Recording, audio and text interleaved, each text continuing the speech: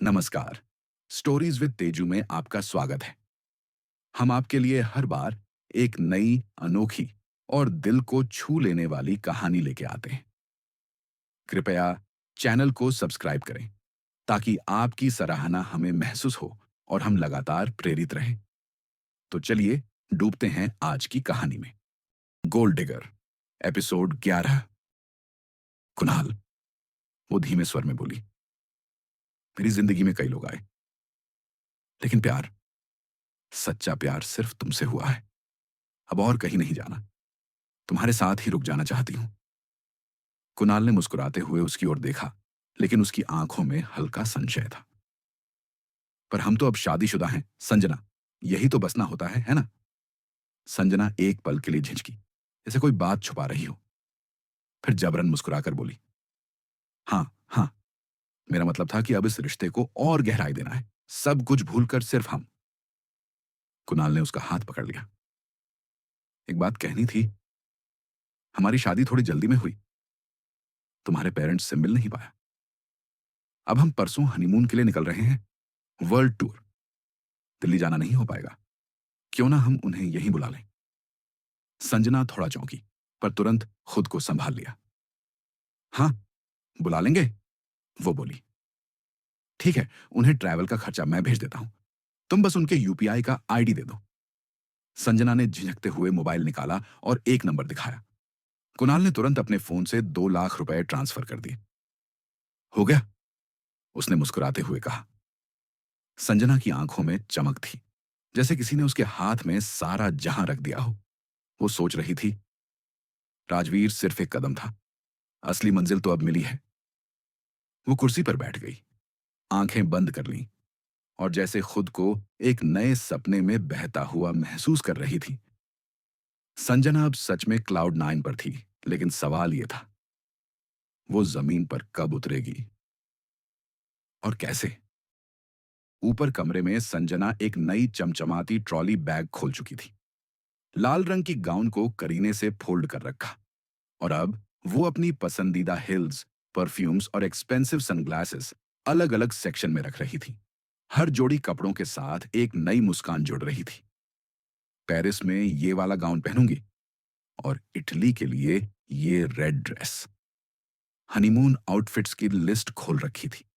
उसका आत्मविश्वास और भी बढ़ता जा रहा था। वर्ल्ड टूर, हियर आई कम। नीचे ड्राइंग रूम में माहौल कुछ और ही था। सावित्री देवी अपनी चाय का कप थामे चुपचाप सोफे पर बैठी थी। कुणाल पास आकर बैठा। दोनों की नजरें मिली। कुणाल ने हल्के से हाँ में सिर हिलाया। सावित्री देवी की नजर में एक चमक उभरी। उन्होंने मुस्कुराकर आंखें मूंदी, जैसे किसी लंबे युद्ध का पहला मोर्चा जीत लिया गया हो। तभी राजवीर हड़बड़ाते हुए अंदर आया। उसकी चाल में बेचैनी और आंखों में संदेह था। मामा, वो लगभग गरज पड़ा, आपको हो क्या गया है? आपको नहीं दिख रहा कि वो औरत आपको किस तरह बेवकूफ बना रही है? संजना कौन है, क्या है, ये आप समझ नहीं पा रहे? वो आपको इस्तेमाल कर रही है। उसी ने मेरी जिंदगी तबाह की थी। She is a gold digger. Kunal मुस्कुराया, जैसे उसकी बात कोई बच्चों की शिकायत हो। अच्छा है राज, आखिरकार तुझे थोड़ी अकल तो आई, उसने आराम से कहा और अपने फोन पर किसी महत्वपूर्ण व्यक्ति को कुछ महत्वपूर्ण मैसेज टाइप करना शुरू कर दिया। राजवीर भौंचक्का रह गया। मां, आपका तो भाई है ये, इसके बजाय कि मामा जी को समझाएं, आप खुद उस औरत को भाभी बुला रही थीं। आप क्यों कुछ नहीं बोल रही? आप तो समझती हैं ना कि ये सब क्या हो रहा है? सावित्री देवी पूरी गंभीरता से बोली। राजवीर, तू फिर से शुरू हो गया? मां, मैं सिर्फ शांत। उनका स्वर इस बार कड़क था। बैठ जा और जरा इंतजार कर। जो तू सोच रहा है और जो होने वाला है, दोनों में जमीन आसमान का फर्क है। पर्दा अभी गिरा नहीं है बेटा, और असली तमाशा तो अब शुरू होगा। कुणाल ने एक बार फिर हल्की हंसी में गर्दन झुकाई। ड्राइंग रूम में अजीब सा सन्नाटा छा गया था। बाहर हल्की हवा चल रही थी और अंदर सब कुछ किसी तूफान के ठीक पहले की खामोशी जैसा लग रहा था। ऊपर संजना अब तक अनजान अपने हनीमून आउटफिट्स की फाइनल ट्रायल ले रही थी। उसे नहीं पता था कि नीचे उसकी किस्मत की सबसे बड़ी बाजी अब खुलने ही वाली है। ड्राइंग रूम में सभी सदस्य बैठे हुए थे। आरती सोफे पर टिक कर बैठी थी। अनन्या चुपचाप अपने हाथों से पल्लू को मोड़ रही थी और राजवीर इस समय बिल्कुल शांत बैठा था। केवल दो चेहरों पर कुछ अलग सी ऊर्जा थी, कुणाल और सावित्री देवी। सावित्री ने धीरे से कुणाल की ओर देखा और एक इशारा किया। कुणाल मुस्कुराया और जेब से फोन निकाला। उसने संजना को कॉल किया। उसकी आवाज में शहद घुला हुआ था। बेबी, नीचे आओ जरा। सब तुम्हारा इंतजार कर रहे हैं। जल्दी आओ ना मेरी प्यारी बीवी। ऊपर अपने कमरे में संजना अपने हनीमून के कपड़े सलीके से पैक कर रही थी। ब्रांडेड ड्रेसेस, हील्स, सनग्लासेस और परफ्यूम्स नए खरीदे गए ट्रॉली बैग में भरकर रखे जा रहे थे। कॉल सुनकर उसने लिपस्टिक का आखिरी स्ट्रोक लगाया और शीशे में खुद को निहारा। कितनी किस्मत वाली हूं मैं, उसने मन ही मन सोचा। इतना अमीर, स्टाइलिश और हैंडसम पति। I finally got what I deserve. वो मुस्कुराते हुए नीचे आई। ड्राइंग रूम में कदम रखते ही उसकी नजर सबसे पहले कुणाल पर गई, जो उसे देखकर हल्का सा मुस्कुराया। आज वो एक हल्के पीले कुर्ते में थे, पर उनकी घड़ी और चमड़े की विदेशी चप्पलें उनके रुतबे की झलक दे रही थीं। आओ, बैठो मेरे पास, कुणाल ने नरमी से कहा। इतना इंतजार कराया। संजना लजाते हुए उसके पास बैठ गई। उसका चेहरा आज अलग ही चमक रहा था, आत्मविश्वास और जीत का। फिर उसने पूरे ड्राइंग रूम पर नजर डाली। उसकी मुस्कान बनी रही और उसने एक एक कर सबको संबोधित करना शुरू किया। आरती से, अनन्या से, सावित्री देवी से। आरती, तुमने जो वो हेयर कट करवाया है ना, बहुत सूट कर रहा है, उसने कहा। आरती ने संकोच में मुस्कुराकर धन्यवाद कहा। अनन्या, तुम्हारा कल वाला ड्रेस बहुत एलिगेंट था। तुम्हारी नई जॉब मुबारक हो। तुम डिजर्व करती हो।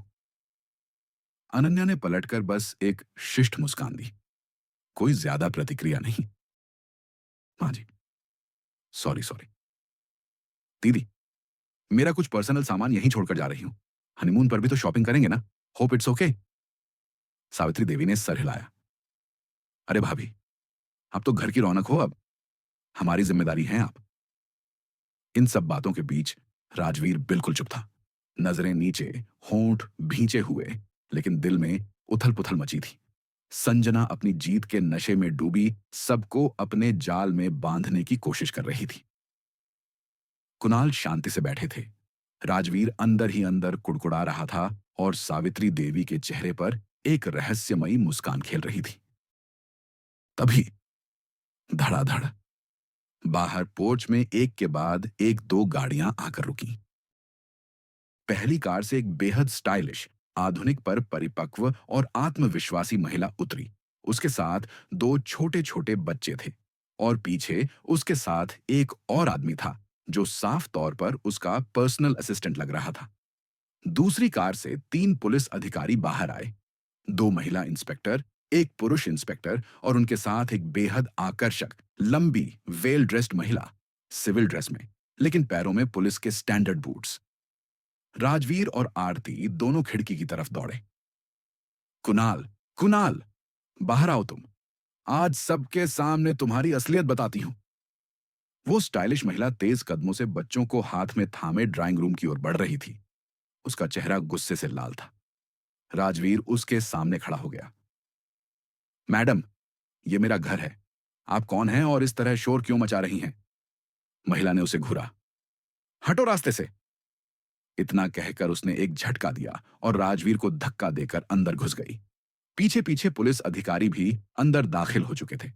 कुणाल, जो अभी तक सोफे पर आराम से बैठे थे, अब एक झटके से उठ खड़े हुए। रिया, तुम यहां? हाँ कुणाल, महिला चिल्लाई। मैं यहां हूं, तुम्हारी कानूनी बीवी, और ये दोनों तुम्हारे बच्चे। क्या बकवास कर रही हो तुम? संजना अब तक चुप थी, पर यह सुनते ही उसकी आवाज ऊंची हो गई।